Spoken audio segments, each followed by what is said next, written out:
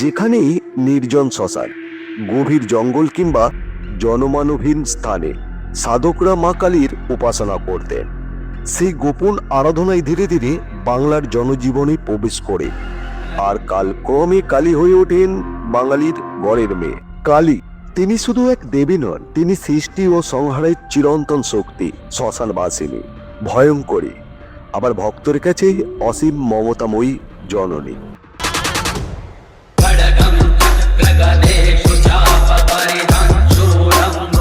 কালী তিনি শুধু এক দেবী নন, তিনি সৃষ্টি ও সংহারের চিরন্তন শক্তি, শ্মশানবাসিনী, ভয়ঙ্করী, আবার ভক্তের কাছে অসীম মমতাময়ী জননী।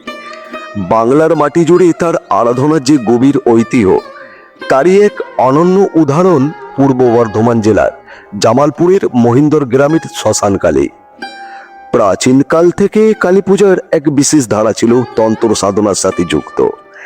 যেখানেই নির্জন শ্মশান, গভীর জঙ্গল কিংবা জনমানবহীন স্থানে সাধকরা মা কালীর উপাসনা করতেন।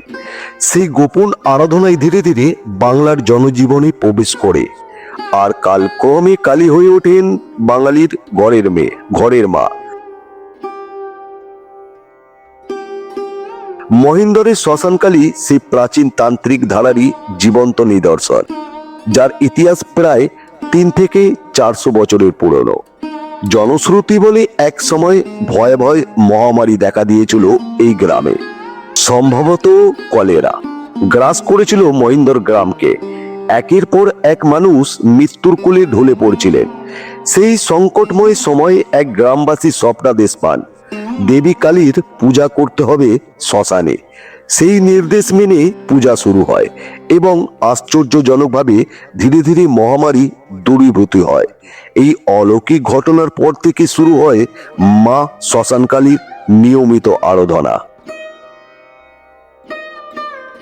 প্রথম দিকে এই পুজো করতে কোনো ব্রাহ্মণ রাজি হননি। পরে রায়না গ্রামের ভট্টাচ পরিবারের এক সদস্য সাহস করে এই দায়িত্ব গ্রহণ করে। সেই থেকে আজও বংশ পরম্পরায় তারাই মায়ের পূজার দায়িত্ব পালন করে আসছেন। তাদের কাছে মা কেবল শ্মশানকালী নন, তিনি পরিবারের অধিষ্ঠাত্রী দেবী, রাজেশ্বরী। এই পূজার সবচেয়ে বিস্ময়কর দিক হলো এর আচার অনুষ্ঠান। প্রতি বছর চৈত্র মাসের 16 তারিখে সূর্যাস্তের পর শুরু হয় মূর্তি নির্মাণ।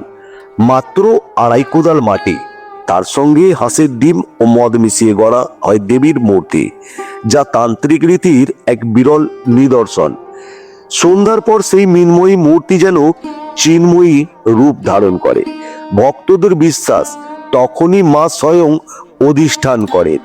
মায়ের রূপ ভীষণ রহস্যময়।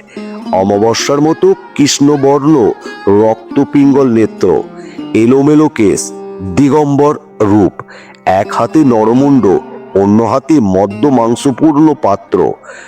তিনি হাস্যবদনা, কিন্তু সেই হাসির মধ্যে লুকিয়ে থাকে ভয়ঙ্কর শক্তির প্রকাশ। এই রূপে তিনি যেন জীবন ও মৃত্যুর সীমারেখাকে একসাথে ধারণ করে আছেন। মূর্তি প্রথমে তৈরি হয় জোড়া মন্দিরের দুর্গা মন্দিরে, তারপর বিশাল শোভাযাত্রার মাধ্যমে শ্মশানে আনা হয়। এই শোভাযাত্রা অত্যন্ত বর্ণাঢ্য।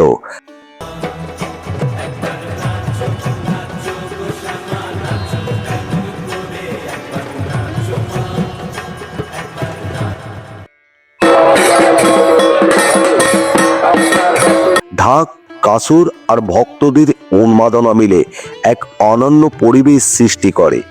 এত ভিড় হয় যে 1 কিলোমিটার পথ অতিক্রম করতে সময় লাগে প্রায় 3 থেকে 4 ঘন্টা।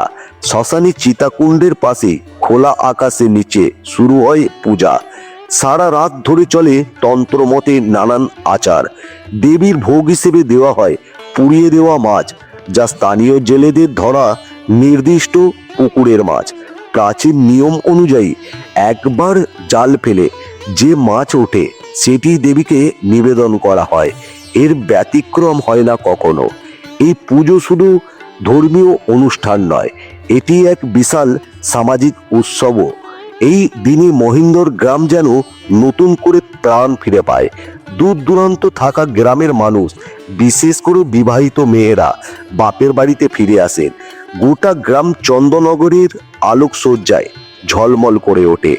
বসে মেলা, আর লক্ষাধিক মানুষের সমাগমে মুখর হয়ে ওঠে চারিদিক। সবচেয়ে রহস্যময় পর্ব আসে পুজোর শেষে। সূর্যোদয়ের সময় মায়ের বিদায় হয়, কিন্তু প্রচলিত অর্থে বিসর্জন নয়। কেবলমাত্র দুইজন নির্দিষ্ট ব্যক্তি মূর্তিটি মাথায় করে পাশের দোগাছিয়া গ্রামের তালপুকুর পাড়ে নিয়ে যান। সেখানে মাকে নামিয়ে রেখে তারা পিছন ফিরে তাকান না এবং অন্য পথে ফিরে আসেন। লোকমুখে প্রচলিত আছে, মাকে নামিয়ে রাখার পর আর কেউ তাকে দেখেননি। বিশ্বাস করা হয় মা নিজেই জলে প্রবেশ করেন। এই রহস্য, এই অলৌকিকতা আর শতাব্দী প্রাচীন ঐতিহ্য মিলিয়ে মহিন্দরের শ্মশানকালী আজ শুধু একটি পূজা নয়, এটি বিশ্বাস, ভক্তি, বাংলার লোকসংস্কৃতির এক অমূল্য সম্পদ। যে পূজায় এক সময় ভয় পেত মানুষ, আজ সেই পূজাই হয়ে উঠেছে লক্ষ মানুষের মিলন ক্ষেত্র। এটাই হয়তো মায়ের প্রকৃত আশীর্বাদ।